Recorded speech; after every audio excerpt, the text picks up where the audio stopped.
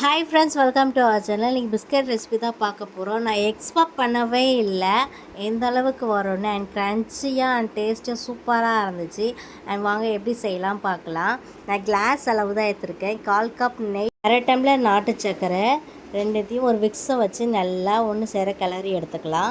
கிளறி எடுத்ததுக்கப்புறம் அதே டம்ளரில் 3/4 டம்ளர் கேழ்வரகு மாவு, 1/4 டம்ளர் கோதுமை மாவு, இது எல்லாத்தையும் ஒன்று சேர நல்லா விக்ஸை வச்சு கிளறுங்க. கிளறினதுக்கப்புறம் காய்ச்சி ஆற வச்ச பாலை கொஞ்சம் கொஞ்சமாக ஊற்றி சப்பாத்தி பத அளவுக்கு பிசைஞ்சு எடுத்துக்கலாம். அது பிசையும் போது அழுத்தம் கொடுத்து சாஃப்டாக பிசைங்க. அப்போ தான் பிஸ்கெட் க்ரன்ச்சி அண்ட் சூப்பராக இருக்கும். நல்லா கிளறி எடுத்ததுக்கப்புறம் ஒரு பிளேட்டில் தடவிட்டு குட்டி குட்டி பார்ட்டிஷனாக எடுத்து நல்லா உள்ளங்கையில் வச்சு தட்டி எடுத்ததுக்கப்புறம் நல்ல லைட்டாக தட்டாதீங்க, தின்னாக தட்டுங்க. தட்டினதுக்கப்புறம் கத்தியை வச்சு டிசைன் போட்டுக்கிட்டேன். உங்களுக்கு எந்த டிசைன் வேணும் டிசைன் போட்டுக்கோங்க.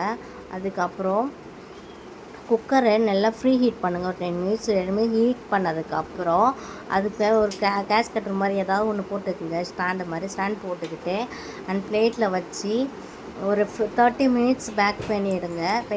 அண்ட் சூப்பராக இருக்கும் அண்ட் க்ரன்ச்சியாக. அண்ட் பிடிச்சிருந்தால் லைக் பண்ணுங்கள், ஷேர் பண்ணுங்கள், சப்ஸ்கிரைப் பண்ணுங்கள். பாய்.